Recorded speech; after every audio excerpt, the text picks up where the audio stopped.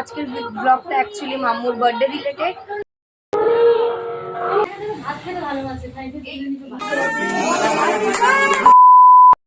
High guys, তোমরা কেমন আছো? আশা করি তোমরা সবাই খুব ভালো আছো, আমিও খুব ভালো আছি।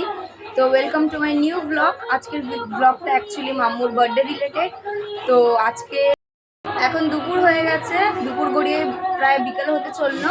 তো এখন থেকে আমি ব্লগটা শুরু করছি। সকালবেলা কাজের তাড়াহুড়োতে কোনো ব্লগ শ্যুট করতে পারিনি।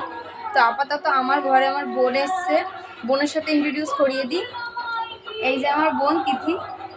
তো আমরা দুজন আছি, এখন দুজন মিলে আমরা ডেকোরেশন করব যতটা পারি। আর বার্থডে গার্লকে তোমাদের দেখিয়ে দিই। বার্থডে গার্ল ঘুমাচ্ছে। এই যে বার্থডে গার্ল ঘুমিয়ে পড়েছে, আশীর্বাদ হয়েছে, খুব টায়ার্ড হয়ে গেছে ইনি। আর এই দিকে ওনার বাবা হচ্ছে বসে বসে ফোন ঘাঁটছে। এখন এনাকেই মেয়ের পাহারা দেওয়ার দায়িত্ব দিয়ে আমরা যাব। এখানে এটাই বলছিলাম যে আজকে সবগুলোই প্রায় ভয়েস ওভারে তোমাদের ভিডিও দিতে হবে। আমাদের এখানে বাইরে খুঁটি পুজো হচ্ছে দুর্গাপুজোর জন্য। এই যে আমাদের মাঠে একদম ঘরের সামনেই আমাদের মাইক লাগানো হয়েছে, এখানে খুঁটি পুজো হচ্ছিল, যার জন্যই আর কি নিজেদের গলার আওয়াজ নিজেরাই শুনতে পাচ্ছিলাম না আমরা, এতটা সমস্যা হচ্ছিল। এখানে চলছে মাম্মুর দুপুরবেলা আশীর্বাদের পর্ব। তো এখানে যত রাজ্যের মাম্মুর ফেভারিট আইসক্রিম, চকলেট সব কিছু আনা হয়েছিল। আর এই যে মেয়ে টিকে এক জায়গায় বসবে না, শুধুমাত্র আইসক্রিম হাতে নেবে। তো এটা আমার লজিক যে সন্তানের ওপর সবার আগে অধিকার তার বাবা মায়েরই হয়। সুতরাং প্রতি বছর তার বাবা মাই তাকে সবার আগে আশীর্বাদ করবে, মা না হোক অন্তত বাবা আশীর্বাদ করবে। তো যাই হোক, এখানে ও প্রথমে মাম্মুর বাবা দিয়ে দিল ওকে আশীর্বাদ করে। তারপর এখানে এসছে মাম্মুর বড় বাবা, অর্থাৎ তুষারের দাদু। তো প্রথমে দাদু আশীর্বাদ করলো তুষারের পরে। তারপর এখানে আমার বাবা, ছোট মামা, মা এক এক করে সবাই আশীর্বাদ করলো। তো যাই হোক, এখানে হচ্ছে ফটোগ্রাফি, ভিডিওগ্রাফি এসব চলছে। এখানে মাম্মু এক জায়গায় টিকে বসবে না। এই যে মাথার চুন্ডিটা, এটা বাবা সকালবেলা দক্ষিণেশ্বরে পুজো দিতে গেছিলো, সেখান থেকে বাবা নিয়ে এসেছিলো। এটা ওর পছন্দ হলো না, এটা আমি খুলে রেখে দিলাম। তো যাই হোক, বাবা এটা গিয়ে আবার ঠাকুর আসনে রেখে দিল। আর এই যে আমি রসমালাই বানিয়েছিলাম আমার মেয়ের জন্য, কারণ খুব ইচ্ছে ছিল মেয়ের জন্য রসমালাই বানাবো, যদি টেস্ট করে দেখে মেয়ে, কারণ মিষ্টি ওর একদম পছন্দ না। রসমালাই মিষ্টটা একটু কম রাখবো, কিন্তু সে কোনো কিছুই খাবে না, সে শুধু জল খাবে, আইসক্রিম খাবে, আর কোল থেকে উঠে উঠে পালাবে। তো এখানে এসছে বাবা আশীর্বাদ করতে, সবাই এক এক করে আশীর্বাদ করছে, কিন্তু ম্যাডাম বসবে না। এই যে আইসক্রিম খুলে দেওয়া হলো, ম্যাডাম এখন খাবে আইসক্রিম। এই চলতে চলতে মানে ও কতক্ষণে উঠবে, ও যাবে, ওর একদম ভাল লাগছে না। তার মধ্যে হচ্ছে এখানে প্রদীপ জ্বলছিল, পাখা চালালে প্রদীপ নিভে যাবে, যার জন্য ও আরও বিরক্ত হচ্ছে, শুধু জল খাবে। এখন তোমরা ভিডিওতে দেখতে পারবে ও শুধু জল খেয়ে গেছে, কোনো খাবার খেয়েছে আর না খেয়েছে। তো এই যে আমার ছোটো মামা, ইনি আমার ছোটো মামা শ্বশুর। মামা আশীর্বাদ করতে এসছে, যে দাদা এসছে, তাও ওর কোনো পাত্তা নেই, ও শুধু আইসক্রিম খেয়েই ব্যস্ত। তো সবাই খুব স্পিডে করছিল, কারণ ওর এত বিরক্ত লাগছিল। সবাই করছে যে কতক্ষণে সবাই স্পিডে করে করে পালাবে। তো মামা এই জন্য এখানে চাটনি দিয়েছে, কারণ ও মিষ্টি তো খাচ্ছে না, দুজন চাটনিটাই দিয়েছে। এই যে মা এসছে এখন আশীর্বাদ করতে। আমাদের সবার অবস্থা খারাপ, আর ম্যাডাম এখানে করছে আইসক্রিম পার্টি। তো যাই হোক, সবাই খুব স্পিডে এখানে কাজ করেছে, আশীর্বাদ দিয়েছে, কোনো রকম যে যা পেয়েছে দিয়ে বেরিয়েছে। এখানে তোমরা দেখতেই পাচ্ছ যে এবার আমি আশীর্বাদ করতে এসেছি। আমার মেয়ে মোটামুটি, মামা পায়েস দিল, মা ভাত দিল, সেগুলো খেয়েছে, কিন্তু মিষ্টিও মুখে তোলেনি, যেগুলো তোমরা দেখতেই পাচ্ছ। তো এখানে খুব স্পিডে আমি ওকে আশীর্বাদ করে দিলাম। যতক্ষণ আমি আশীর্বাদ করেছি, তারপরে উঠে একদম পালাতে পারলে বাঁচে, একদম বসেছিল না। এখানে ওর কোনো মাথা ব্যথা নেই যে কে কী করছে, ও খালি উঠতে পারলে বাঁচে। এখানে জল খাচ্ছে, এখানে হচ্ছে ওর বাবাকে আইসক্রিম দিচ্ছে। ও প্রতিবার ওর পাপাকে আইসক্রিম দেবে, ও খুব ভাল লাগে যে পাপাকে শেয়ার করে খাওয়া। তো এই যে এখন উঠে যাবে, তো সবাই ওখানেই বলছিল যে মা কোলে নিয়ে বসলে তবেই বসবে, নাহলে বসবে না। তো আমার ওঠাটাও মুশকিল করে দিয়েছিল। এখানে এসছে ভাই, এ হচ্ছে আমার নাড়ু, আমার দেওর। তো আমার ভাই এসছে, এখন ভাই আশীর্বাদ করছে। ভাই আশীর্বাদ করার পর এখানে আসবে মিষ্টু, মানে আমার মাম্মু বলতে পারো একদিক থেকে মা।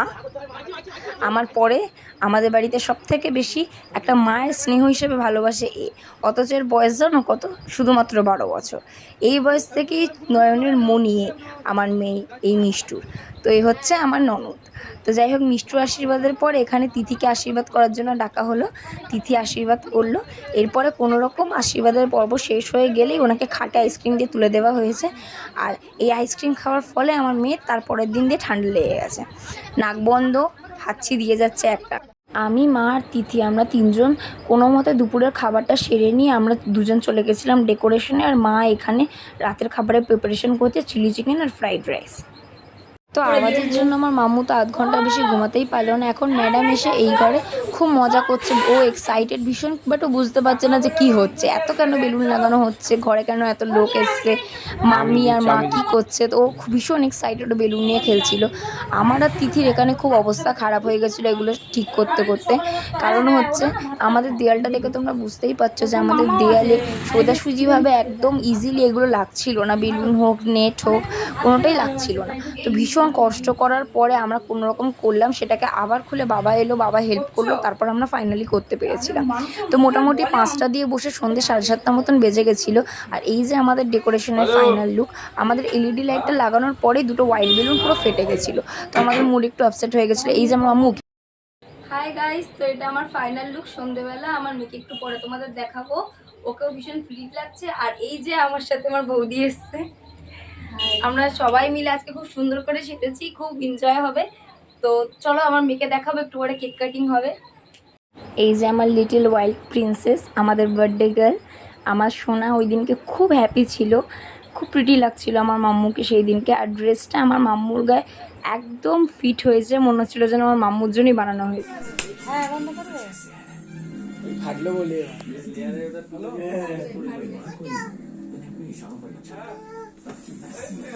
হ্যাপি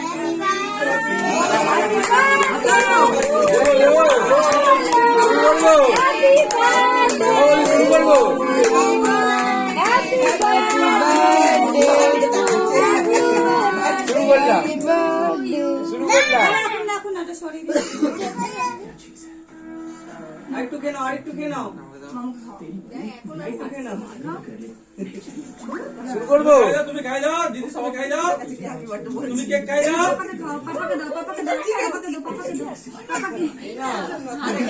মাম্মু কেক খাওয়ার পরে আমি মাম্মুকে বললাম, মাম্মু তুমি তোমার পাপাকে কেকটা খাইয়ে দাও। মাম্মু সঙ্গে সঙ্গে পাপার হাতে কেক দিয়ে বললো এ নাও খাও। তো ওর পাপা ওই কেকটা খেয়ে নিল। এবারে আমি মাম্মুকে বলছি, মাম্মু তুমি মোমবাতিটা নেভাও। তো বেচারি মেয়ের আমার অত ক্ষমতা নেই 1 ফুটে মোমবাতি নেভাবে, যার জন্য ওর পাপা ওর হেল্প করে দিল। তো এখানে আমি কেকটা নিয়ে উঠে পড়ছি, কারণ আমাদের বাড়িতে কখনও কারোর পছন্দ না যে কোনো রকম খাওয়া অপচয় হবে। তো যার জন্য আমাদের বাড়িতে যাদেরই বার্থডে হয়েছে কোনো দিন কিন্তু কোনো কেক অপচয় হয়নি। তো এখানে স্নো স্প্রে দেওয়া হলো। আমার মাম্মু একটু এক্সাইটেডও হয়ে গেছিলো, একটু ঘাবড়েও গেছিলো, এটা ভেবে যে কী হচ্ছে। তো এখানে মাম্মু স্নো স্প্রেগুলোকে নিয়ে ঘাটাঘাটি শুরু করে দিল।